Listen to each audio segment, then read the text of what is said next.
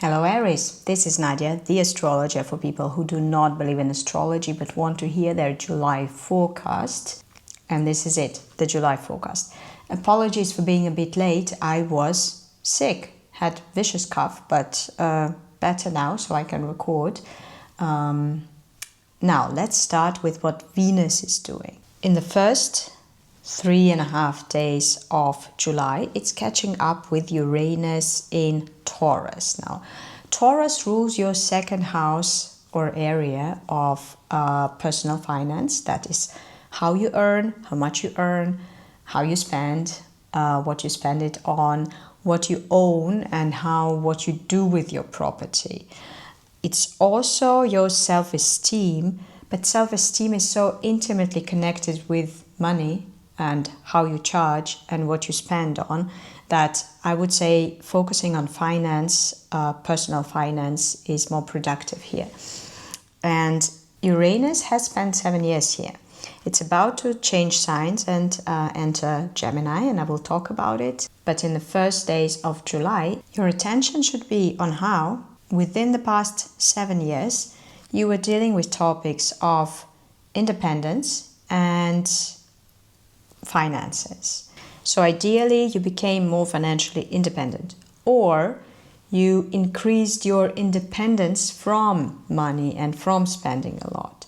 Or you could have started your own business, or you could have started earning your own money and depend less on other people.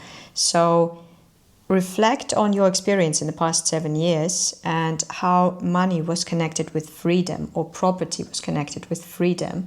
And within the first 3.5 days of July, Venus will catch up with Uranus and will give you a small bonus or a present or something that would be nice and pleasing, that has to do with how you were dealing with freedom and money and property during the past 7 years.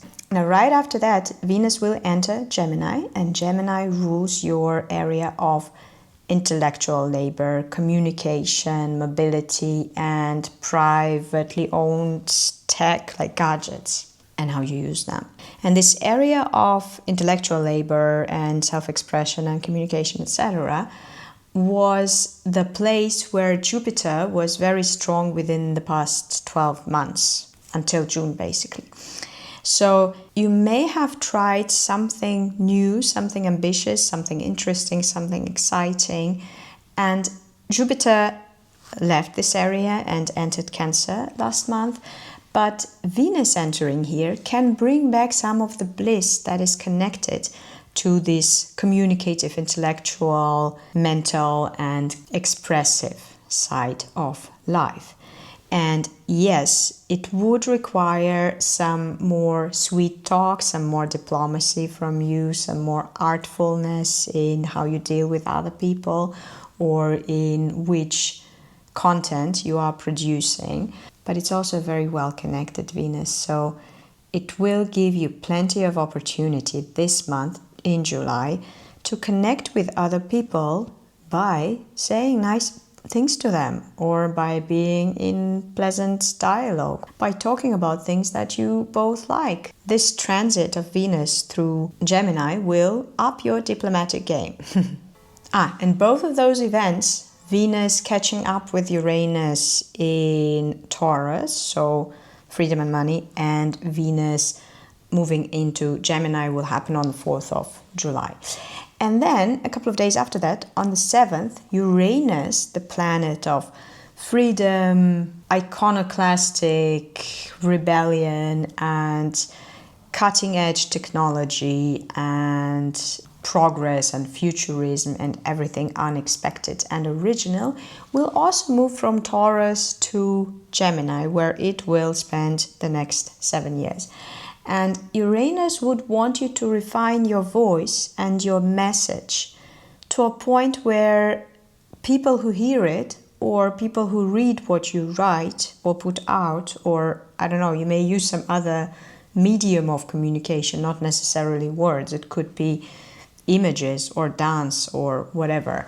So by the end of this transit, after 7 years, people who receive your message, whatever your medium is, should be able to say, this is her or this is him. So you should individualize your voice, your style, the way you communicate.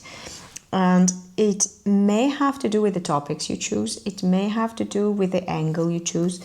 It may have to do with your specific mode or approach to how you deliver information and opinions or images, your style.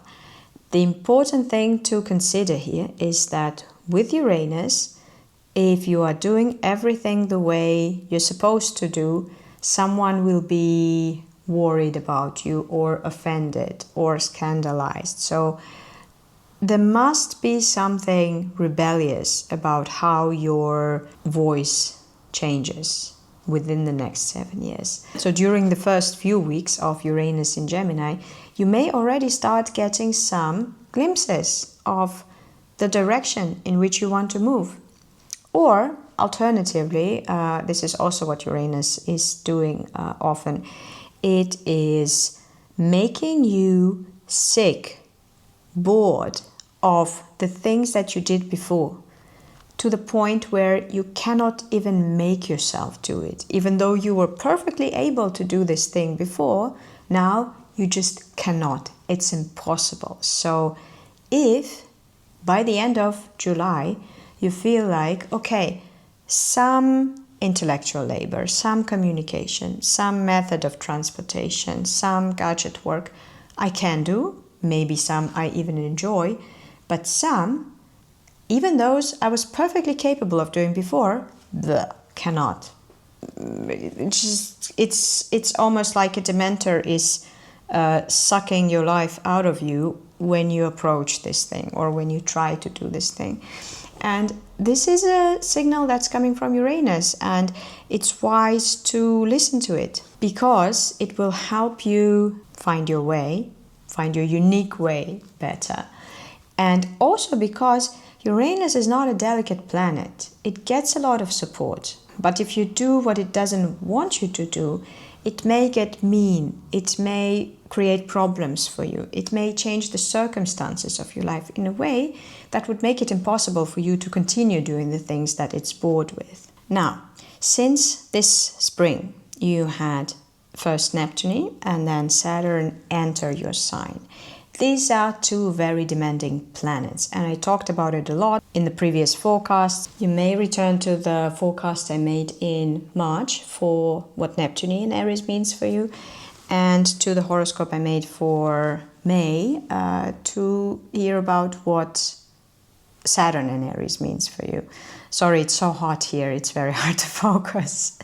Well, they are two very demanding planets, and you will have to deal with them, and they will be pressing on you very strongly in 2026. Especially that's important for early Aries people. But this month, they are both turning retrograde.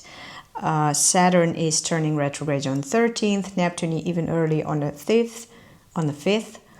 But the point is that the pressure they are putting on you will start easing up very gradually. So they pushed and they pressed and they demanded, and now it will start subsiding a little bit. Your task in all of that is to feel how, okay, now it's not as stressful anymore, or now I can breathe a little bit better, and to then think, okay, this pressure will return. How do I make myself stronger? How do I make myself more capable? How do I change my circumstances in a way that next time those planets return to my sign, they're still in your sign, they will retrograde back into Pisces in the autumn and then return to Aries in 2026. But the point is, they will return. And now that the pressure will start subsiding, your task is to prepare for their return. They're not just demanding, they're also very motivating. And under their influence, with their help, You would be able to achieve something for which you will be thankful to yourself and of which you would be proud. So it's worth investing in something that they demand of you. And if something was difficult, if you felt the pressure, pay attention to it and just know that it will return and that it may lead to something extremely productive, very valuable, but you have to prepare it this time around. Full moon in Capricorn on the 10th of July is illuminating your area of career, business, and all things official. That is a good day or a few days around the 10th of July to showcase the results of your labor, of something that you do in your official role. It's also great for negotiations or looking for a job or presenting your business to somebody. It can also show you how high you have climbed in your career, business status, your place in society.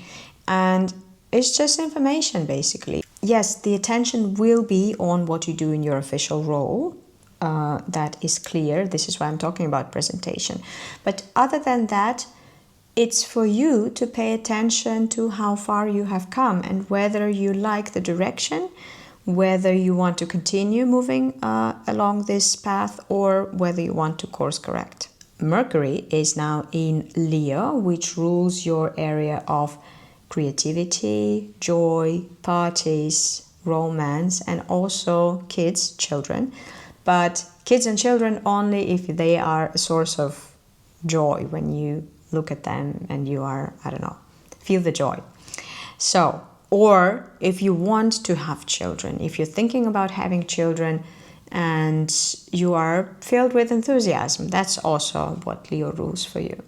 So, Mercury is there already. It's giving you some thoughts about those topics and it's slowing down so that on the 18th it can start its retrograde. During a retrograde, misunderstandings are possible, that much we know. Some messages may not reach you, or you may find some messages that you didn't find before. There may be some glitches, some small problems, but a really cool thing to do when Mercury is retrograde in this area of your horoscope is to look back. If you have a place where you store your creative ideas, go there and fish for treasure. Can you fish for treasure? Dig for treasures. You may find something really worthy. Try to think of messages you didn't respond to, or ideas you didn't develop, or invitations to collaborate on something that you didn't get back to. So creative work with the past can also be very fruitful, or some sort of revival, remixing, reinventing, that sort of thing. Now, it may not be too grand because Jupiter, the planet of grandiosity and scale, is not there yet, is not in Leo yet. It will be in Leo in summer 2026 and will spend one whole year here. So that year, that will start a year from now, will be really big for creativity and parties and having fun and behaving childishly and being in love with life for you.